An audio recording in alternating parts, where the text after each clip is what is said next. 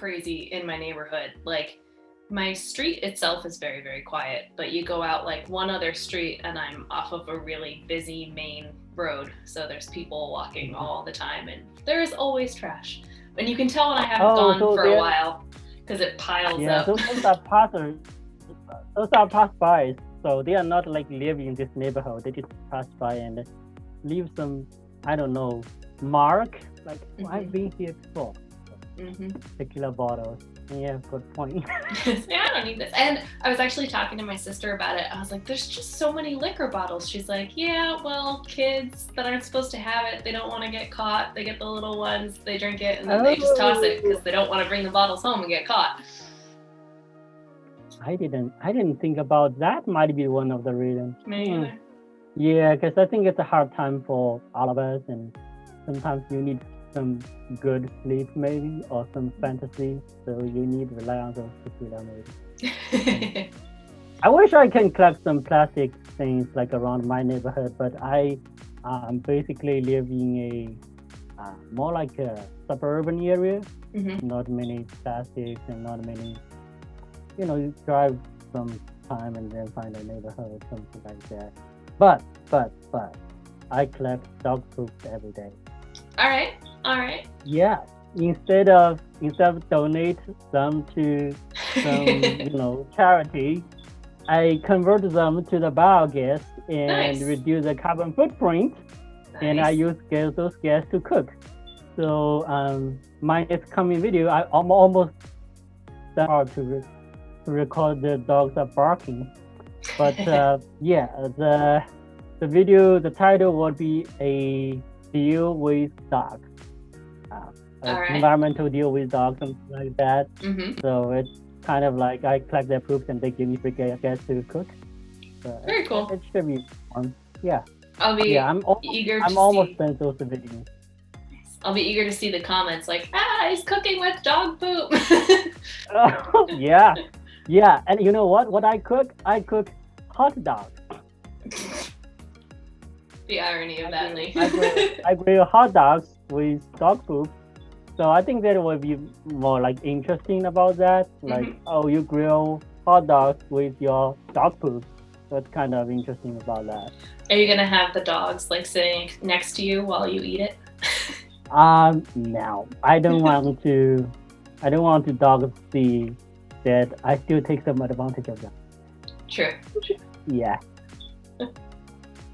I will say that's one of the other issues that I see in my neighborhood is a lot of people not cleaning up after their dog, which is silly because we have a dog park right down the street with a garbage can.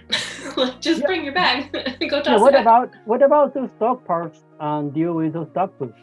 Yeah. What do they do with those? Because I know in Britain, some dog parks, they collect those dog poop and send to the industrial and digestion and, convert them to the fuel. I don't know about here.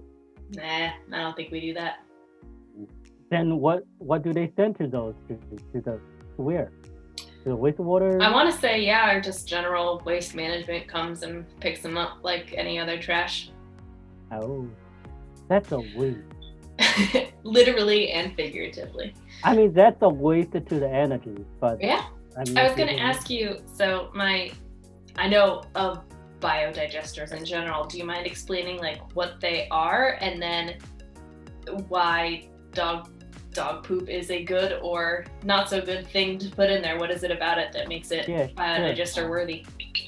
So biodigester is like it's more like it functions like the gut in your body. It digests those organic matters by using those microbes.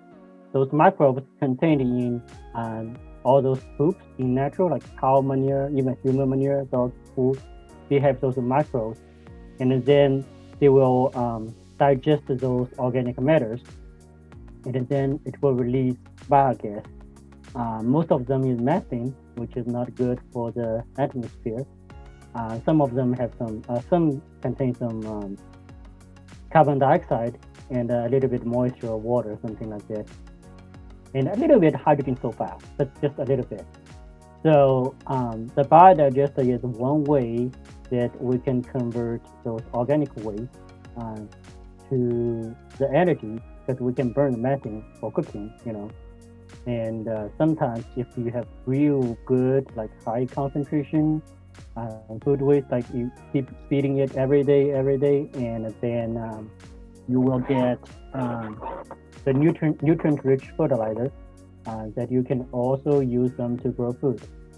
So basically, it can consider as a way to close the food loop.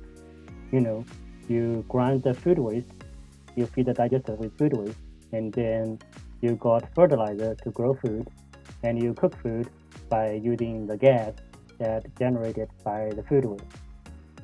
Manure, dog poop, cow poop, they always work. They always work.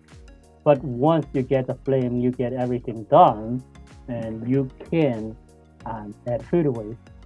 You know, they can convert those food waste also to the gas. Nice. It's a way. It's more like because now like I'm more focused on the small scale digesters. It will be more good for family. You don't need like big industrial scale. So it's good for the family, and it's even better if you have dogs. Mm-hmm. I was going to take, so TH, our former professor, who's all about biodigesters, he came and did a presentation where I was working at the zoo one time. And what I really wanted to do was give him a gift of one of the animals' waste. And I didn't decide which one in time, and I didn't get the permission to. But how funny would that have been to gift somebody just a big old bucket of waste from the zoo? Like, here you go. Here's a present. I think those like ruminant animals, they are better because they already pre-digest some of those. Because if you see the horse manure, you can still see some straws or the grass that they eat. But for the cow manure, it's just manure. It's perfect. Like pig manure, perfect. So interesting. So which means you have less solid stuff in the manure when you mix them. So it will like totally digested. Yeah. It's already most of the way there. As opposed to... So the more the better, the fresher the better.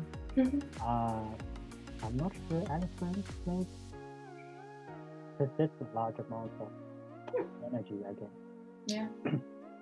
I remember in college, my very first animal science class, we went to the barn at University of Vermont, and we learned exactly what a ruminant was. And we went to one of those cows that had the hole in it, the fistulated cow, where you stick your hand in and you feel the different parts of its stomach. Well, one of the chambers, it's only in one of them, but you felt inside, and the cow did not care, just kept chewing. Oh, they just get used to that. Yeah. Oh, it's the students again. They're gonna come stick their hand in me. All right. Yeah. I think they are also like, oh, we already made a deal. I made a deal with all those evil students. I have to show them all those things. But yeah, maybe it's good for the environment. Well, it's considered of my contribution to the environment, to my offspring. So all right, let it be. Come on. All right, feed me like another bunch of hey, give me that. Yum, yum, yum, yum.